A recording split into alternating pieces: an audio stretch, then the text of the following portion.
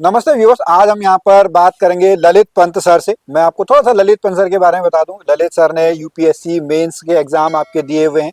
उसके बाद net JRF भी सर ने आपका निकाला हुआ और इस टाइम पे सर जो है वो आपका पीएचडी परस्यू कर रहे हैं। तो अगर आप अभी इस समय यूपीएससी की या उत्तराखंड पीसीएस की तैयारी कर रहे हैं तो आपको आज का ये वीडियो जरूर देखना चाहिए। सर आपका बहुत बहुत स्वागत है। धन्यवाद सर। सर थोड़ा सा हम आपके यूपीएससी की जर्नी को जानना चाहेंगे कि जी सर। आपने जब मेंस लिखा तो किस टाइम पे लिखा या वो किस टाइम की बात है। सर मेरा जो टाइमिंग रहा था मेंस का वो 2017 और 18 और 21 में मैंने लिखा था, 3 अच्छा, मेंस 3 बार आपने जी लिखा जी हुआ सर। है। और अनुभव काफ़ी अच्छा रहा। तैयारी के दौरान जो चीज़ें मैंने सीखी उसका फ़ायदा मुझे अन्य एग्जाम के लिए भी मिला। तो यूपीएससी का जो बेनिफिट था वो तो काफ़ी अच्छा रहा, एग्जाम का ओ, अनुभव काफ़ी अच्छा रहा। ठीक है। तो सर हम यहाँ पे जानना चाहते हैं ना, आपने जब अगर हम मेंस की बात करते हैं तो जब बहुत बार लोगों के या जो हमारे एस्पिरेंट है उनके मन में क्वेश्चन रहता है कि मैं प्री की तैयारी करूं कि मैं मेंस की भी तैयारी करते हुए चलूं, चाहे हम यूपीएससी की बात करें या हम किसी भी स्टेट पीसीएस की बात करेंगे। जी सर। तो कैसे इस लोगों को अपना जो है तैयारी शुरू करनी चाहिए। सर मेरा मानना ये रहा, जो मेरा अनुभव भी रहा इसमें, कि तैयारी दोनों साथ ही होनी चाहिए। अच्छा। वो दोनों एक दूसरे के पूरक हैं। और क्योंकि है क्या कि जो मेंस है वो कॉन्सेप्चुअल बेस्ड है, हम्म। उसमें कॉन्सेप्चुअल क्लियरिटी चाहिए। और जब हम्म। हम कॉन्सेप्चुअल क्लियरिटी करते हैं तो हमें प्री के फैक्ट्स से याद करने में सहायता मिलती है, उससे आसानी होती है। क्योंकि जब हम प्री पढ़ते हैं केवल, तो हमारा क्या रहता है कि स्ट्रेस काफ़ी रह जाता है, मतलब एक मानसिक थकावट उससे होती है। लेकिन जब हम मेंस के साथ तैयारी करते हैं काफ़ी सहजता उसमें आ जाती है, क्योंकि उसमें क्या है कि हमें पता है, उसका लिंक पता है, और फैक्ट याद करने में हमें काफ़ी आसानी हो जाती है। तो इसलिए मेरा मानना तो ये है कि सर, कि अगर हम 6 घंटे पूरे डे में अगर स्टडी कर रहे हैं पूरे दिन में, तो 4 घंटे हम मेंस को 2 घंटे प्री को देते हैं, और तब तक देते हैं जब तक हमारा एग्जाम है। अच्छा, ठीक है। तो मतलब साथ साथ में जैसे अगर हम बात करें, चलिए इसमें अंतर क्या रहता है फिर मेंस की और प्री की पढ़ाई में क्या डिफरेंस रहेगा। सर मेंस की पढ़ाई का ये है कि जैसे हमें मेंस के लिए 2 चीज़ें बड़ी अनिवार्य हैं इसके लिए। एक तो कॉन्सेप्चुअल क्लियरिटी, दूसरा हमारी जो प्रैक्टिस है आंसर राइटिंग, मतलब स्किल बेस्ड प्रैक्टिस। क्योंकि सर इसमें क्या है कि अगर हम केवल पढ़ रहे हैं इसमें और हम इसकी प्रैक्टिस नहीं कर रहे हैं, तो हमारा ज्ञान तो रहेगा हमारे पास, तो हमारे पास स्किल नहीं आ पाएगी। ये जो एग्ज़ाम है स्किल बेस्ड भी है। कई अच्छा। बार ऐसा होता है सर कि ज्ञान बहुत है, नॉलेज बहुत है, लेकिन हम धरातल पर उसको उतार नहीं पाते। हम्म। और इसमें एक बात ये भी कही जाती है सर कि जब हम लिखते हैं तो लिखते वक्त हमारा पेन काम, मतलब हमारी उंगलियां काम नहीं करती, बल्कि हमारा दिमाग काम करता है। हम्म। क्योंकि जितने, और स्पीड का उसमें मैटर ही नहीं रखता, क्योंकि जैसे कई बार क्या होता है कि हमारे दिमाग में चीज़ें नहीं है, हमें स्पीड की चिंता रहती है, लेकिन अगर दिमाग में चीज़ें रहेंगी, स्किल रहेगा, तो उसकी कोई चिंता नहीं रहेगी, जो और प्रैक्टिस का उसमें काफ़ी फायदा रहता है। अच्छा, ठीक है। तो इसमें जो हमारे एस्पिरेंट हैं उनको क्या क्या गलतियां नहीं करनी चाहिए। सर इसके लिए सबसे पहले तो अनावश्यक मटेरियल ना रखें अपने पास। हम्म। और उसके लिए उसका उपाय ये है कि पहले तो हमें सिलेबस और पीवाईक्यू देख लेनी चाहिए। उसके बाद हमें ये खुद ही पता चल जाएगा कि इसके लिए ऑथेंटिक मटेरियल क्या है। हम्म। उसके लिए हमको कुछ गवर्नमेंट वेबसाइट का पता चलेगा, मतलब जो गवर्नमेंट सोर्सेज हैं और जो और भी प्रमाणिक रेफरेंस किताबें हैं, वो उसकी हमें मतलब जानकारी मिल पाएगी उस आधार पर, जब हम पीवाईक्यू और हम्म। सिलेबस देखेंगे। दूसरी बात सर, गलती ये भी ना करें मेंस के लिए खास तौर पर, क्योंकि आज हम मेंस की बात कर रहे हैं। हम्म। तो मेंस के लिए ये ना करें कि हम पढ़ते जाएं, हम अच्छा। लिखते भी जाएं। अच्छा, हम ठीक कम है। से कम कुछ नहीं तो आधा घंटा फिर भी लिखें। हम्म। और वो ऐसे भी लिखा जा सकता है, जैसे मान लो शुरुआत ही नहीं हुई है राइटिंग की, तो अगर हम कोई न्यूज़पेपर है उसका एडिटोरियल पढ़ रहे हैं, उसको पढ़ने के बाद हम रख दें और उसको अपने शब्दों में, ताकि मौलिकता आए उसमें, हम्म। तो हम उसको लिखें और उसके बाद हम मैच करें कि हम्म। हम इसके जगह और क्या शब्द लिख सकते थे, तो हमारे हम्म। शब्दों में भी एक अच्छा, मतलब हमें शब्दकोश अच्छा मिल पाएगा। तो हाँ ये हाँ, अच्छा, ठीक है। ये- तो यहीं पे व्यूवर्स के आंसर सर मैं आपको बताना चाहूंगा। अभी एक जब मूवी आई थी ना, 12th फेल जब आई थी, जी तो सर। उसमें जब वो आईएएस ऑफिसर उससे उसके बारे में खुद के बारे में लिखने को कहता है, यस जो सर। हीरो होता है, तब भी वो नहीं लिख पाता है। तो अब यहाँ, यस सर। हाँ, वो हाँ। खुद के बारे में नहीं लिख पाता। वो कहता जी है कि सर। मैं लिख लूंगा जी आंसर राइटिंग में। लेकिन जब तक आपने बहुत अच्छा यहाँ पे एग्जाम्पल दिया कि हम हाथ से नहीं बल्कि दिमाग से, हमारी स्पीड जो है उससे हम लिखते हैं, जी तो सर। जितना ज्यादा आपके दिमाग में वो क्लियरिटी रहेगी या क्या लिखना है, किस यस सर। तरीके से लिखना है।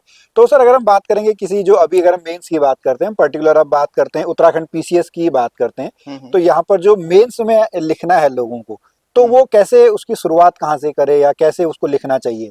क्योंकि वहाँ पे शब्द बहुत मैटर करते हैं कि आपको 250 वर्ड में ही लिखना है यस या सर। इतने वर्ड में लिखना है, तो वो कैसे हम करेंगे। सर पहली बात तो इसके लिए वही जो हम अभी कहते इस पर चर्चा कर रहे थे, कि एक तो हम पहले तो बेसिक बहुत अच्छा करें। होता क्या है कि जैसे कोई क्वेश्चन आया, उस क्वेश्चन को अगर हम उसको स्ट्रक्चर पर तोड़ दें, मतलब उसको क्लासिफाइड कर दें। ठीक है। तो मेरा अनुभव ये रहा सर, जब मैंने भी आंसर राइटिंग की थी, तो जब हम स्ट्रक्चर में बांधना शुरू करते हैं, तो अगर हमें नॉलेज उस क्वेश्चन के बारे में उसमें कुछ भी नहीं है एग्जाम वाले, तो हम 40 या 50% काम कर चुके होते हैं अगर हमने उसको क्लासिफाइड कर दिया। फिर उसको हमने as a fill in the blanks की तरह काम अच्छा। करना उसमें, कि इसमें हम ये लिख सकते हैं। कहने का मतलब ये कि जो डिमांड है क्वेश्चन की वो हम समझ जाएं, अच्छा। और उसके लिए हम एक तो हम अपने बेसिक्स क्लियर रखें। दूसरी बात ये है कि हम प्रैक्टिस ठीक ठाक करें, मतलब वही कि हमारा स्किल, क्योंकि ये स्किल बेस्ड चीज़ है।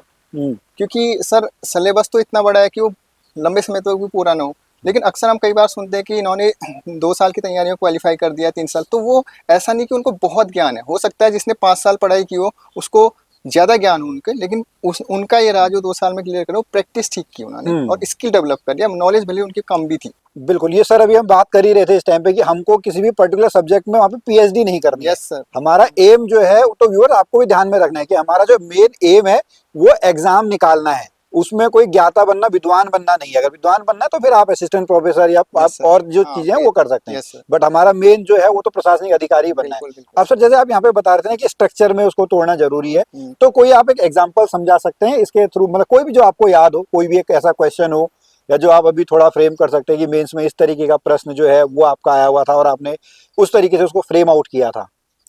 सर जैसे एग्जैक्ट तो मुझे वो नहीं है, हाँ लेकिन ठीक है। जैसे एक एग्जाम हम दे सकते हैं कि अगर ऐसा क्वेश्चन पूछता है कि मौलिक अधिकारों से आप क्या समझते हैं, ठीक और है। मौलिक अधिकारों में आर्टिकल 21 जो है उसकी क्या भूमिका है। हम्म। तो उसमें सबसे पहले तो ये है कि हमारे सामने है कि मौलिक अधिकारों से आप क्या समझते हैं, तो हम्म। उसमें हम मौलिक अधिकार को डिफाइन करें हम्म। एज ए इंट्रोडक्शन के तौर पर। हम्म। उसके बाद हम जैसे दूसरा जो हमारे खंड आ रहे हो आर्टिकल 21 की बात आ रही है, तो हमें इन दोनों के, हमें इसमें पूरा इतिहास नहीं लिखना है या हम्म। फिर हमें पूरा एक मतलब बहुत बड़ी व्याख्या नहीं लिखनी है।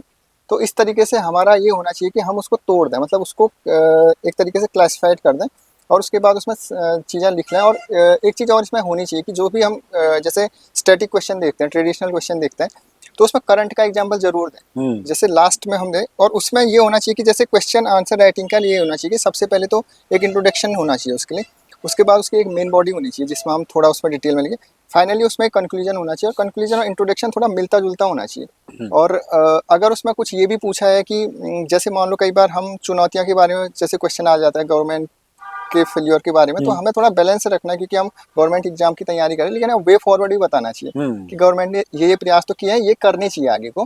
तो इस तरीके का हमें एक बांधना चाहिए क्वेश्चन को। ठीक तो है, ये चीज केवल कंप्लेनिंग मोड में नहीं रहना है कि भाई ऐसा हाँ हो ही नहीं सकता है यस वो, सर। क्योंकि एक क्योंकि आपकी पर्सनैलिटी तो दिखाता ही है वो। जी हाँ। सर, क्योंकि हम एक तो क्या है सर, हम खुद एक गवर्नमेंट है, हाँ तो हम ठीक है। अपने ऊपर ही क्वेश्चन क्यों खड़े करेंगे, तो हम्म। ये दिक्कत है। तो इसलिए हम्म। हमें बात ये होनी चाहिए कि हमारे को, और वो एक सही चीज़ भी है क्योंकि एक एडमिनिस्ट्रेटिव होता है, उसको सॉल्यूशन देना है। हम्म। समस्या तो सोशल एक्टिविस्ट भी कर सकता है, हम्म। तो एडमिनिस्ट्रेटर और सोशल एक्टिविस्ट के बीच हमें थोड़ा अंतर देखना चाहिए ये चीज़। ठीक है।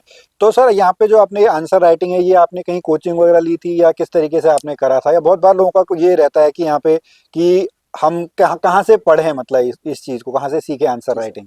सर जब मैं तैयारी कर रहा था तो उस दौरान हम पढ़ते तो थे रूम पे, और हमें लगता भी था कि हमें बहुत आ रहा है और हम लिख डालेंगे।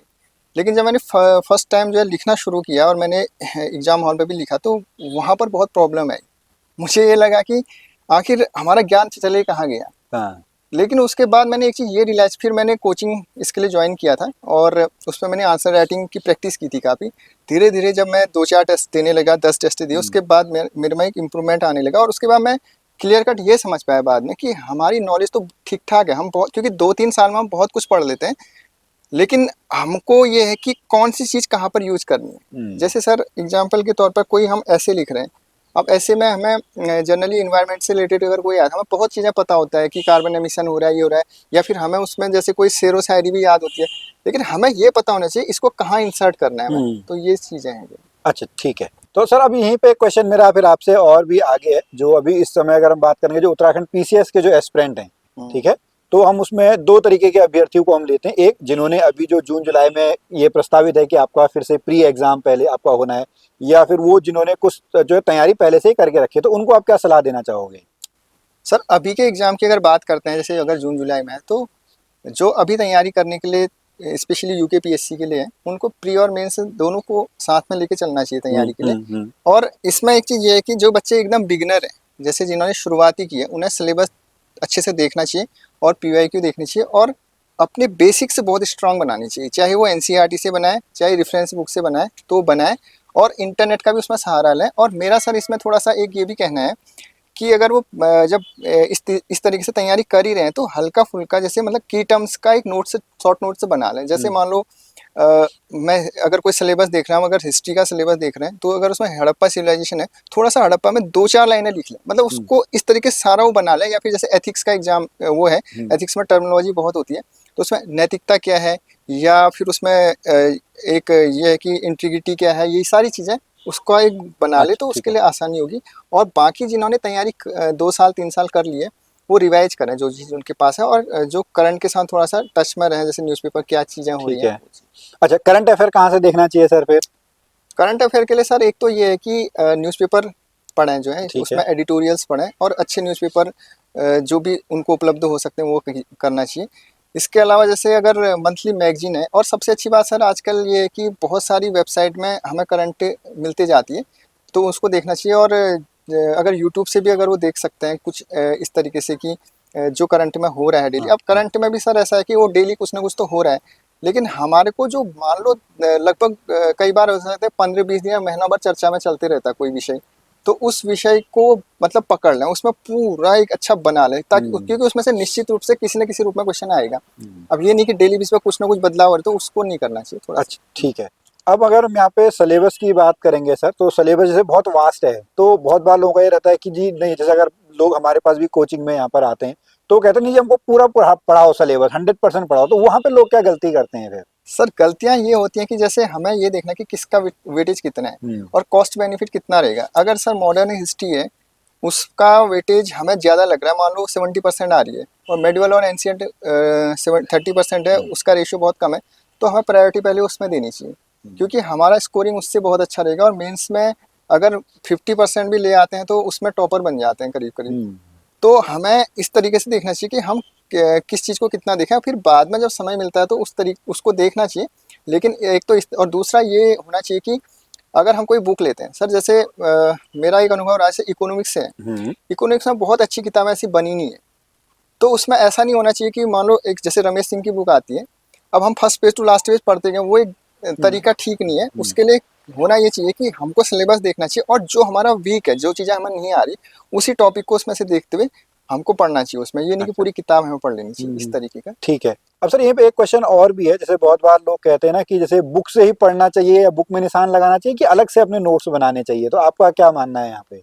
सर इसमें यह है कि वैसे तो बुक पढ़नी चाहिए, मतलब 3-4-5 बार तो बुक पढ़नी चाहिए। ठीक है। उसके बाद जैसे उन्हें ये लगता है कि हमारे को ये चीज़ नहीं आ पा रही समझ, तो लिखना भी चाहिए। हम्म। जैसे उनको ये लगता है कि ये चीज़ हमारी समझ में आ ही नहीं पा रही है, तो उसका बेनिफिट ये होता है कि जो उनके पास लिखा हुआ होगा, जैसे मान लो लक्ष्मीकांत की कोई बुक है और उन्होंने वो पढ़ ली है बार बार, और मान लो 5 बार पढ़ने के बाद भी उसमें दिक्कत है, लेकिन अगर उनका कुछ ऐसे नोट्स बना होगा तो वो उसको पूरी बुक, मतलब बुक को 2 घंटे में रिवाइज कर लेंगे। ये थोड़ा अच्छा। बेनिफिट मिलता है। लेकिन अगर नहीं लिख पा रहे हैं उस, अब ये डिपेंड करता है कि किसी की कैसी मतलब एक आदत है इस चीज़ ग्रेस में। कितनी ग्रेस्पिंग हाँ, पावर है, हाँ। वो पावर है, और इसलिए उसको करना चाहिए। लेकिन इसका फ़ायदा मिलता है जो है, अगर वो बनाता है, मतलब बहुत वास्ट नहीं, छोटा छोटा भी बनाया जाए तो ठीक है। वो फ़ायदा मिलता है उसका। अच्छा। सर जैसे आप यहाँ पे बहुत बार इम्फेसाइज कर रहे हैं रिवीजन पे, आप कह रहे हैं कि जो अभी आपके जो हैं उनको करना चाहिए, लेकिन बहुत बार लोग जो है ना वो रिवीजन नहीं करते, उनको लगता है जी मैंने तो पढ़ ही लिया है, वो उस टाइम पे हो जाएगा।